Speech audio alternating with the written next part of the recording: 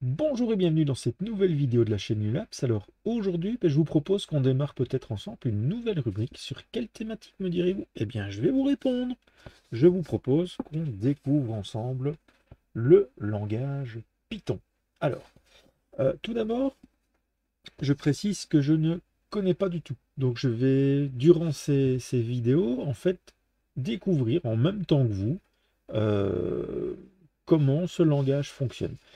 Alors, jusqu'à maintenant, toutes les vidéos que j'ai pu faire utilisaient des langages de programmation qui étaient, qu'on pourrait quelque part classer dans des langages dits procéduriaux, c'est-à-dire que ce sont des langages dans lesquels on peut définir des fonctions, on peut définir des variables, et voilà. Et à partir de là, on définit en fait ensemble un mode de fonctionnement qui est globalement, j'introduis des valeurs dans des variables, j'effectue toute une série de tâches spécifiques lorsque j'appelle des fonctions et je récupère le résultat pour en faire autre chose. Donc ça, c'est assez classique. Le langage Python, il a un petit peu cet avantage, c'est de fonctionner avec un autre mode de programmation. Il peut très bien fonctionner de manière procédurale, hein, il n'y a pas de souci.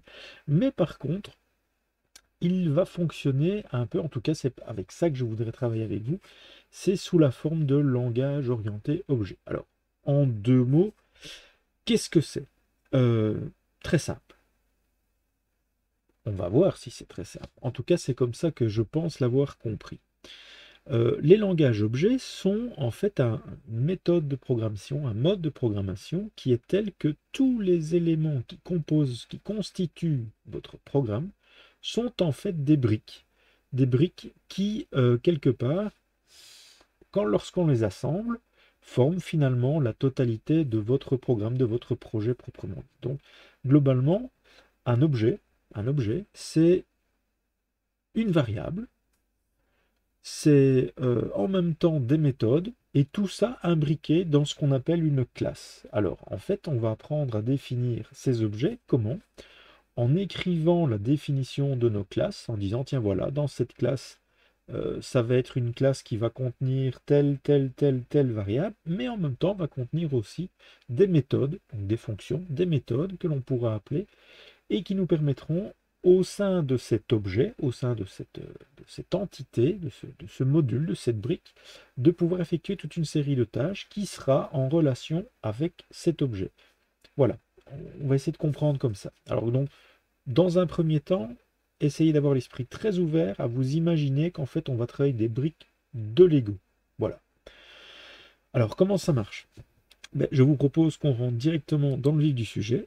Alors, donc en fait, je suis en train de suivre un tutoriel. Donc, ce que vous voyez là à l'écran, ce n'est pas mon travail, c'est le travail d'un youtubeur qui s'appelle Grave, qui m'a été quelque part indirectement conseillé par un copain avec qui j'ai discuté durant la PGR 2022, PGR, pardon, pas PGR, RGC.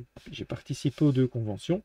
Il s'agit de Rico59, qui m'a montré, il avait quelques petits soucis dans son code Python, et je lui ai proposé qu'on jette un petit coup d'œil ensemble.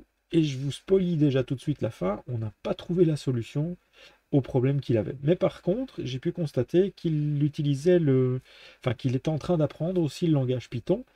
Et en fait, le tuto qu'il suit, c'est le même tuto voilà, que je suis en train de réaliser ici.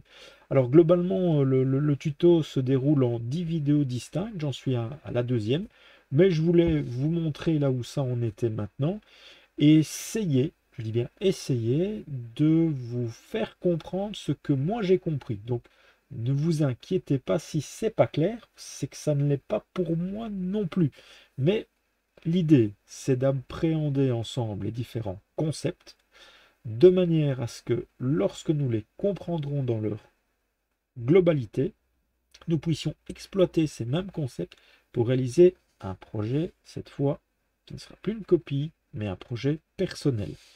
Alors, autre chose à savoir, donc vous savez que j'ai pour habitude de coder en langage Lua, je vous avoue que je trouve que c'est quand même relativement proche.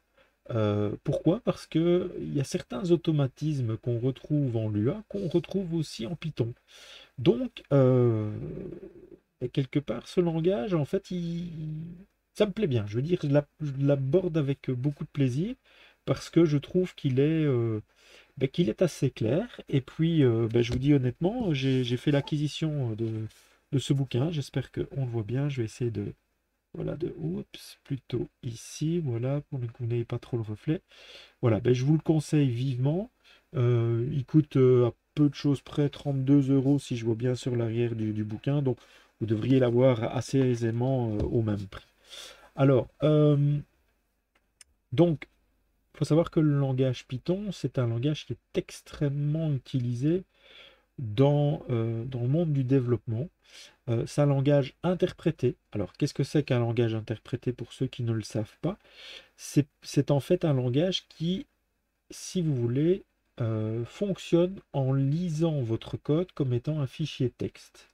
Et ce fichier texte est lu ligne par ligne et chaque instruction est exécutée au fur et à mesure qu'elles sont lues.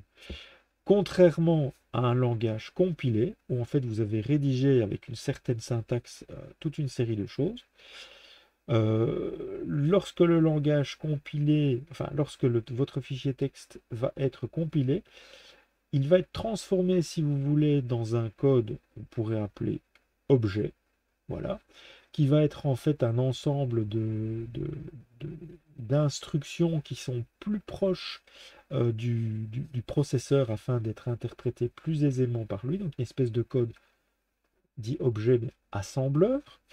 Et en fait, derrière, un outil va convertir ce code assembleur en un code binaire qui sera en fait la traduction spécifique d'instructions comprises par votre ordinateur et son architecture. Donc, si ces instructions s'adressent pour la gestion de la mémoire, ça jouera sur la mémoire. Si c'est pour le processeur, le disque dur, etc. Et ce code sera en fait quelque part beaucoup plus performant, si je puis dire, parce qu'en fait, il est écrit dans un langage qui sera, euh, je vais dire, vraiment spécifique à votre machine proprement dite. Bon, ce qui ne veut pas dire qu'un langage interprété est un langage moins puissant. Au contraire, je trouve ici que ce langage, en fait, comme il est exploité dans différents domaines, il montre quand même une certaine facilité d'adaptation à l'ensemble des sujets dans lesquels il est exploité. Alors, ça paraît très vague ce que je raconte, mais on le retrouve dans je vais dire, l'intelligence artificielle, on le retrouve dans des programmes de comptabilité, dans les jeux vidéo, la preuve, on va le voir assez rapidement ici. On le retrouve aussi dans ce qu'on appelle le machine learning. Euh, il touche à différents domaines, aussi bien graphiques que du tri, enfin plein de choses finalement peuvent être faites avec le langage Python. Mais je vous dis, bon, par défaut, voilà, c'est un langage que je ne connais pas, je ne connais pas vraiment, donc je le découvre et j'espère vous le faire découvrir avec moi. Alors, trêve de discussion, rentrons dans le vif du sujet. Donc en fait, j'ai voulu, dans un premier temps, reproduire donc ce tuto. Alors, en quoi ça consiste? Je vous parlais d'un langage orienté objet. Donc, en fait, qu'est-ce que c'est qu'un objet? Je vais prendre mon dossier ici, comme vous pouvez le voir, qui contient globalement le répertoire A7. Donc, ne tenez pas compte des deux premiers. Ce sont des répertoires qui sont créés lorsque j'utilise VS Code et Python qui vient quelque part mettre toute une série d'informations pour l'exécution du programme. Alors, vous avez un dossier A7 qui contient des sous-répertoires, bien sûr, mais quelques images proprement dites que nous allons utiliser durant le tuto. Alors, ces fichiers peuvent être téléchargés directement depuis les commentaires du tuto que je suis, que je retrouverai comment vais-je dire, dans les liens de cette vidéo. Et vous allez avoir la possibilité donc de voir un peu en quoi ça consiste. Donc les assets, ce seront les images. Par exemple, on va travailler avec l'arrière-plan que nous avons ici et on va travailler avec le petit dessin que nous retrouvons là, qui sera notre joueur pour notre jeu de shooter. Voilà, donc c'est un petit peu l'idée principale de ceci. Donc je vais prendre le premier fichier que j'ai ici, player. Alors comme je vous disais, on travaille avec un langage dit orienté objet. Et donc ce langage orienté objet, comme je vous le disais, en fait c'est une espèce, enfin on pourrait, c'est comme ça que je pourrais l'interpréter, c'est un nouveau type, si vous voulez, de variable, mais c'est pas vraiment une variable. Je dirais plus ce qui ressemble un peu à une structure dans un langage procédural.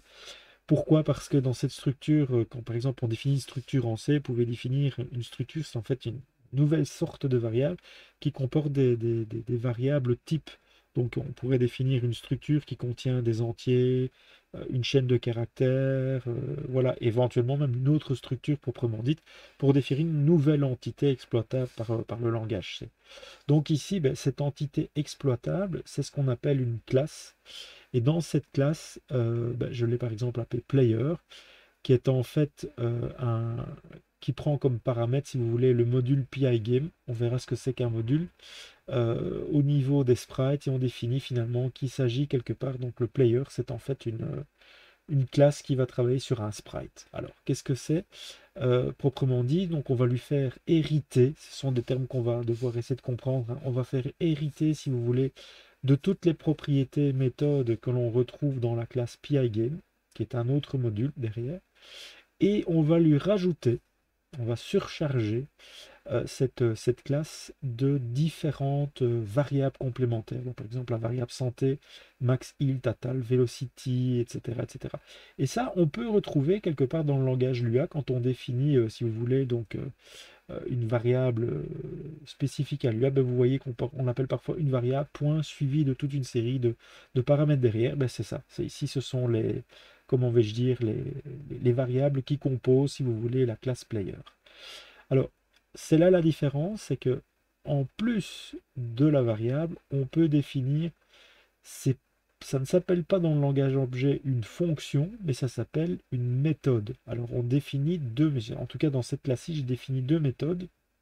Une méthode moveRight, donc se déplacer vers la droite, d'accord, qui s'applique à l'objet lui-même, et qui va faire quoi? Ben, en fait, qui va, si vous voulez, augmenter de la vélocité, donc de son déplacement, la position en X. On verra quand est-ce qu'on appliquera cette méthode. Donc globalement, en fait, je vais déplacer mon personnage, la position de mon personnage vers la droite.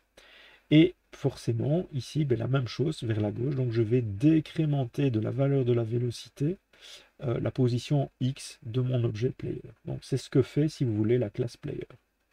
Donc voilà, globalement, on a défini une classe. Une classe, c'est une espèce de structure qui correspondra à mon joueur proprement dit. Alors, derrière ça, on va utiliser aussi, puisque notre jeu, c'est quelque part aussi une classe, donc c'est un objet, c'est une brique, et donc on a maintenant la brique qui existe player, on va voir un petit peu ce qui se trouve dans la brique game. Alors, qu'est-ce qu'on retrouve? On va en fait importer dans cette classe le module. Je ne sais pas si on pourrait appeler ça une librairie, hein, autrement, quelque part c'est un peu ça. Mais ce module, c'est aussi quelque part une classe qui contient des variables et des méthodes. Et donc, comme player, il existe ici des variables et des méthodes. Mais en fait, le module PIGame contient lui aussi, on pourra regarder peut-être un peu en détail, des variables et des méthodes à l'intérieur. Et dans ma classe game, je lui demande d'importer en même temps ma classe player. Donc ce qui veut dire que dans le module game, je vais mettre un objet, donc je vais mettre la brique que j'ai créée avant dans mon module game. Et qu'est-ce que je fais? Je vais instancier, c'est des bien grands mots, donc en fait j'ai la brique, c'est comme si je disais il existe une brique Lego qui fait 4 sur 2, et cette brique de 4 sur 2, je vais l'utiliser dans mon module game, et je vais appeler cette brique player avec un petit p majuscule. Et je vais aussi définir une variable, un dictionnaire, on verra ce que c'est en Python. Je vais définir un dictionnaire qui va contenir voilà, quelque chose qu'on va appeler pressed. On va voir très rapidement qu'il s'agit des touches qu'on va utiliser dans notre fonction. Et mon programme principal, qui s'appelle main.py, qui va lui aussi importer le module PIGame. Et en même temps, je vais importer une variable game avec un G majuscule qui va correspondre à ma classe game avec un G majuscule, pardon, G minuscule à la place d'un G majuscule. Donc j'ai la classe game majuscule que j'importe dans une variable, un module que j'appelle game minuscule. Alors pour que tout fonctionne, il faut que j'initie le PIGame. C'est ce que fait cette fonction ici. D'accord? On peut voir d'ailleurs, voilà, hop. Voilà, le module PIGame, c'est un module Python qui est décidé, qui est designé, qui est conçu pour pouvoir écrire des jeux. Il a été écrit avec la librairie SDL, donc ça nous permet de créer des fonctionnalités de jeu très complètes et des programmes multimédia dans le langage Python. Et il est relativement et hautement portable dans des fenêtres Windows, macOS et d'autres systèmes d'exploitation que l'on peut retrouver ici. Voilà, donc finalement, ça vous explique, ça vous permet de comprendre que le code que j'utilise ici sur ma machine Windows, je pourrais la reprendre sur une machine Linux, j'aurais pas de souci pour la mettre en place. Je pourrais le mettre sur macOS, ce serait exactement le même code aussi. Alors, donc maintenant, rentrons dans le vif du sujet. Donc, que fait ce programme? Donc, dans un premier temps, je vais définir certains paramètres de ma fenêtre. Donc, la fenêtre, c'est la fenêtre que je vais utiliser pour développer mon jeu. La première ligne que nous avons ici, c'est simplement pour cette fenêtre qu'on va appeler display, donc qui est quelque part une des variables du module PIGame. Je vais lui donner comme titre Comet Fall Games, et je vais rajouter, imaginons ici, comme j'ai l'habitude de faire, by Liolapse. Oups, Liolapse. Voilà. Alors, ensuite, je définis un autre paramètre qui est en fait le mode de cette fenêtre et qui correspond à toi, globalement, à la taille en X et la taille en Y de ma fenêtre, proprement dite. Et ensuite, je vais venir, un peu comme en Lua, charger dans la variable background une image qui se trouve être le background qui se trouve dans Asset. Alors, souvenez-vous, le background, c'est globalement ceci. Donc, vous voyez cette image, une hauteur, une largeur qui est définie dans le fichier BG entre guillemets. Donc, voilà, pour le moment, c'est ça qu'on fait. Ensuite, comme nous l'avions fait dans la variable game, on a instancié la classe player dans l'objet player P minuscule. Je vais instancier la classe game dans la variable game avec un petit g minuscule. Donc, ensuite, je définis une variable running qui va globalement être une espèce de booléen, mais ici, en fait, c'est un, comment vais-je dire, c'est un littéral. Donc, on verra ce que c'est qu'une variable littérale en Python. Donc, globalement, en fait, en Python, on va retrouver les entiers, les floats, les strings, etc. Mais il y a plein d'autres types de variables que l'on peut implémenter directement dans Python. On les verra au fur et à mesure de notre découverte dans cette aventure de l'apprentissage de ce langage. Alors, on continue. Donc, l'idée, en fait, je définis une variable running que je vais utiliser pour faire une boucle infinie. Donc, dans tout jeu vidéo qui se respecte, vous avez un peu comme en Lua, une phase où on charge un peu tous les éléments dont on va avoir besoin. Une deuxième phase qui sera la mise à jour proprement dite des éléments du jeu, le son, les images, la musique, la position des objets, la position des sprites, enfin bref, tous ces éléments-là. Et puis vous avez une phase d'affichage à l'écran et de voilà, et peut-être des fonctions complémentaires qui vous permettront de gérer au mieux votre jeu.